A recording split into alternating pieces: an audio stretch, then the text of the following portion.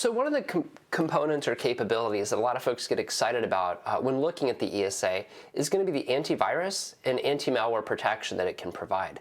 When we look at most threats, attacks, and nuances that are going to be faced by organizations through email, a lot of those come in the form of spam, malware, and blended attacks. The antivirus feature scans email messages for viruses and protects against known malicious threats. We do that typically using signatures. Now, what's unique about this is we have the ability to build on top of Sophos and McAfee antivirus engines, and we can actually leverage AMP. The AMP feature goes above and beyond, giving us protection against unknown zero-day and targeted attacks. In this section, we'll take a little bit of a look at what's happening behind the scenes to make all of this possible. So here we've got a use case for antivirus and anti-malware protection.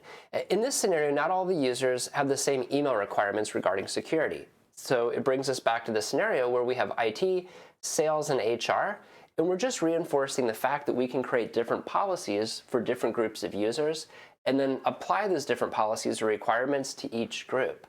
So in the case of IT, we're saying that they must receive protected zip files, that virus-infected messages should not be dropped, and they should be quarantined. Why? Maybe they're doing investigations. Maybe we think that they're capable or smart enough to make a better decision than what our automated solution picked.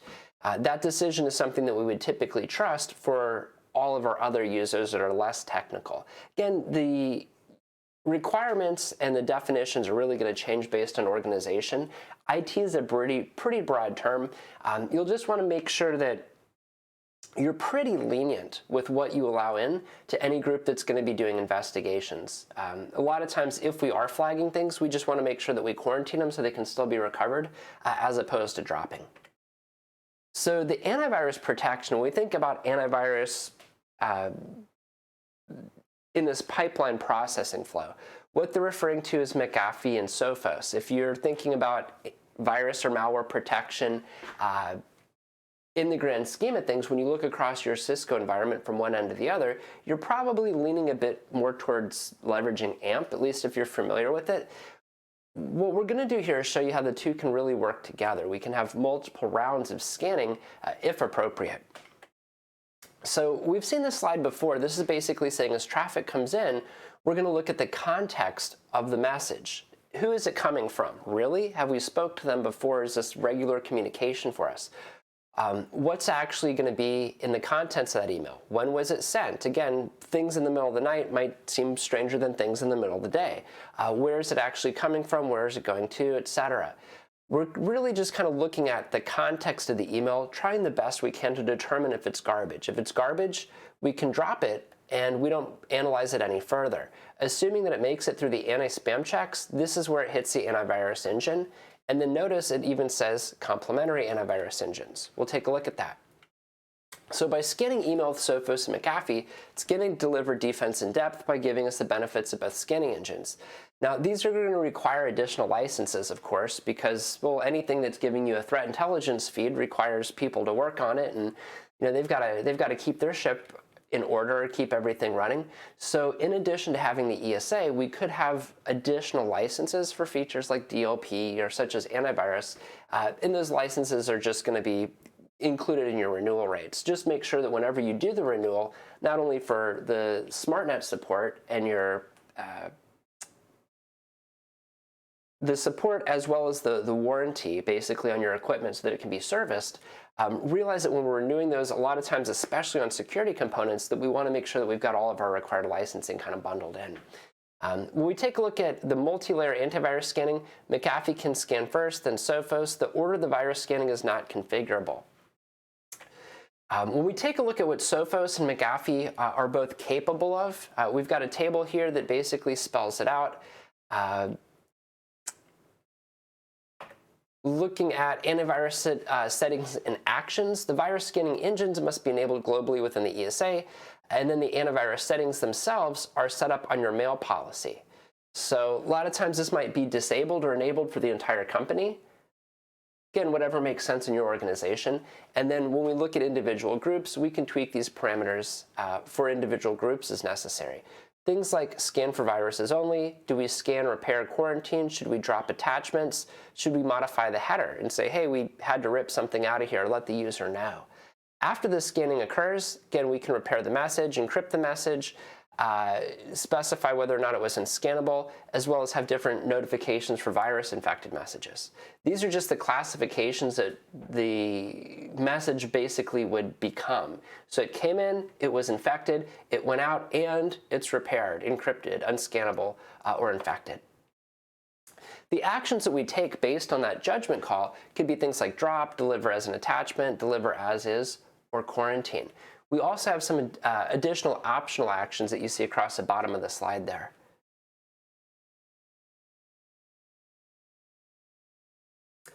So this table's trying to show the workflow of the antivirus engine, and they're just illustrating that it consists of several dependent steps. So basically, we do a series of checks, and if those complete successfully, we pass it on to the next step. If during our processing we see anything that's malicious, we're going to drop it. If we see something where we know that it's valid and we can deliver it immediately, we're going to try to. When we see things that are malicious, if our policy defines so, for like things like we see over here, repair is enabled, we look at the data has a virus. Do we have the ability to remove the hostile code and potentially create a file that's still going to be usable? Again, these are options that you're going to choose based on your organization. Maybe we attempt to repair, maybe we think it's better to drop. Maybe it's better to do either, depending on the circumstances. You're going to have enough dials and knobs and controls to define those circumstances that would make the most sense inside of your environment.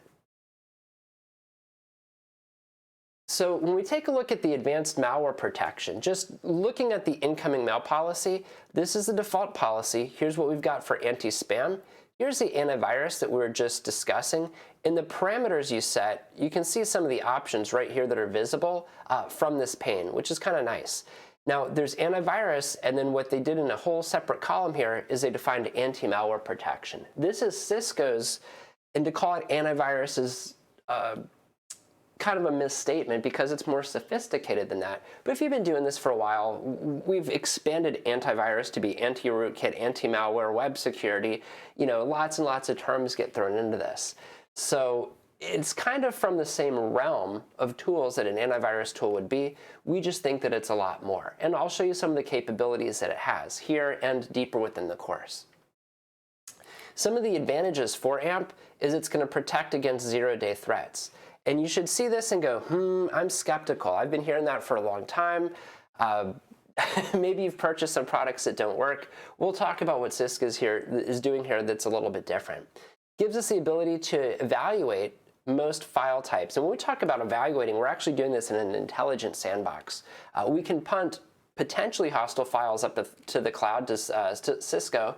They can use their analytics against it. They can put it inside of a sandbox. They can implement threat grid. They can come up with better answers. So maybe moments ago, we told you that the file was fine. Well, we're like, I'm not really sure, but you should be okay. 10 minutes later, we go, sorry about that. We've got some new information. We can actually learn information, update the downstream device, and then try to make changes or try to correct going backwards in time. It's what they call retrospective analysis. So the files for analysis occur. So it says files for analysis occur immediately after the antivirus scanning, regardless of the verdict from the previous scanning engine. So here you are, you pass antivirus, you pass anti-spam, and if antivirus makes a verdict, as they call it, we're still going to pass it to AMP, which will potentially punt it to threat grid. Things that we look at, what's the reputation of this file? And you're like, what file? cmd.exe? Nope, there's a bunch of those. When we talk about files, we do so by a unique identifier, right? We use the SHA-256 checksum. And file comes in, we hash it, and we go to check with the cloud, and the cloud's like, yeah, we know about that file, it's fine. If you've ever used VirusTotal before to upload a suspicious file to, as soon as you upload it, the first thing they do is hash it. And they go, yep, we scanned this file at 4 p.m. yesterday. Exact same checksum. If you want to scan it again, you could, but we're just saying, what do we know about this file based on current conditions? We can perform a file upload, and then you specify the criteria for this. Like, should you be sending your files off to Cisco or not? The idea of what's going to happen there is basically a file is going to come in. You're going to take that file and hash it. You punt it to ThreatGrid, AMP, Cloud. it's going to look at the hash, it knows it or it doesn't, and if you elect to, you can send that file off to Cisco. When you do, they're going to put it inside of a, some people call it a zoo. It's where you would, because a zoo has animals and they're supposed to be caged. I don't like caged animals, but when we think about viruses and you're not sure what this file is going to do, you want to kind of isolate it or quarantine it. That's basically happening in the cloud. Now, when they do that, the discussion about the intelligence of what a sandbox can do is kind of outside the scope, but realize that there's specialized software that's built to deceive the software that's running inside of it. Like the malware wants to protect itself, it's looking around going knock, knock, knock. This isn't some type of virtual machine. This isn't some type of debug mode. This isn't some type of sandbox that's going to watch me do something sketchy, right? And if the malware can detect that it's in a sandbox, of course, it wouldn't run. It would just try to look harmless. And then if it's pretty sure that it's not in a sandbox, it would go ahead and execute. So there's a series of techniques that you've got to do to really stay up to date on what attackers are doing to beat this analysis and this detection. The cool thing about that is maybe the complexities of managing a sandbox are just, they're outside of your skill set or they're outside of your time. You know, we can't learn all the things all the time and be great at everything. So the fact that we've got a separate party that's skilled, that's running a sandbox, that's constantly tuning it, that's dealing with global threats, if we can just send our files off to them and they can do the analysis, I think that's fantastic. Now, this is what's kind of neat about this. The file analysis can happen, and then this brings us to what we call a retrospective verdict, which is kind of cringy, but better than the alternative. It's like, hey, you know how we told you that file was okay earlier? You're like, yeah, why? Like, you just ate some lasagna an hour ago and your stomach's a little funny. You're like, what happened with that lasagna? They go, oh, just realized that the milk was bad, whatever the situation was.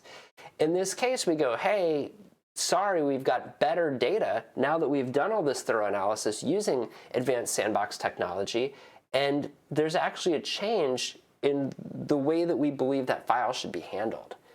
And you're like, well, what do you mean? We already, you already ate the lasagna. You already ran the file. It already touched other things. Well, we've got, again, this retrospective analysis. So when you ran the file, what did it do to the operating system? Anytime there's changes, we're going to try really hard to have the ability to roll those changes back. So pretty exciting. Again, when we take a look at the AMP file reputation workflow, data comes in and we say, are we able to parse this attachment or make sense of it? No? Okay, treat it as unscannable. Next, is the attachment a file archive? Yes or no? If it is, should we unpack it? Sometimes people do tricky things. They'll use 7-zip or they'll use RAR, and they'll just use different archiving than your firewall's capable of. And the reason is that they just want to find formats that you're unable to inspect. And that comes down to a policy. What happens if you can't unpack it? What happens if it was maybe a .7z file and you don't have the ability to decode that, decompress it? What happens if it's encrypted and you don't have the key? Well, there's no analysis. Well, we'll toss it in this bin called unscannable. What do you do with unscannable traffic? It depends. You can have a policy that works globally, and then of course we can differ for that for individuals or departments where we should maybe take a different action. If we are able to unpack that file, is the verdict available within the ESA cache? If no, then we query the server. This is saying, have we looked up this hash already? If we have, don't go bug them again. But if we haven't, then go ahead and query them. If it was in our cache, well, we'll say, okay, we've seen this file before. What was reputation verdict? And then again, based on the reputation verdict, you're going to have actions that you can take. The AMP retrospective verdict that I mentioned, this is where the AMP cloud can change the file disposition based on Talus analysis. Again, this is where we said, hey, we thought the file was good, but it turns out, we're advancing time on it in tricky ways, and we were able to trigger a logic bomb that we didn't realize it was there. Logic bombs are just basically malicious activity that goes off after a predefined condition. So you can run the program, watch it for 10 minutes, and go, oh, it's safe. It didn't touch any other directories. It didn't make any weird phone calls home. It didn't try to access memory in strange ways. Well, it may not wait, or it may wait until like the 10th time that it's launched until it tries to take that behavior. So one of the things sandboxes have to do is kind of sense out those logic conditions. So let's say that it was able to discover one, but you could imagine it may take some time to find this. Once we find it, it's a bit of an apology. We're saying, hey, we had this file that we were uncertain about. Turns out that it's problematic. And then, of course, we'd take a look at the timeline and we'd see what actually happened within the organization. Hopefully we've got AMP on those endpoints, which would even give us greater control. Realize that you can run AMP on the endpoints. We can integrate it with the network equipment. And of course, there's a presence in the cloud as well.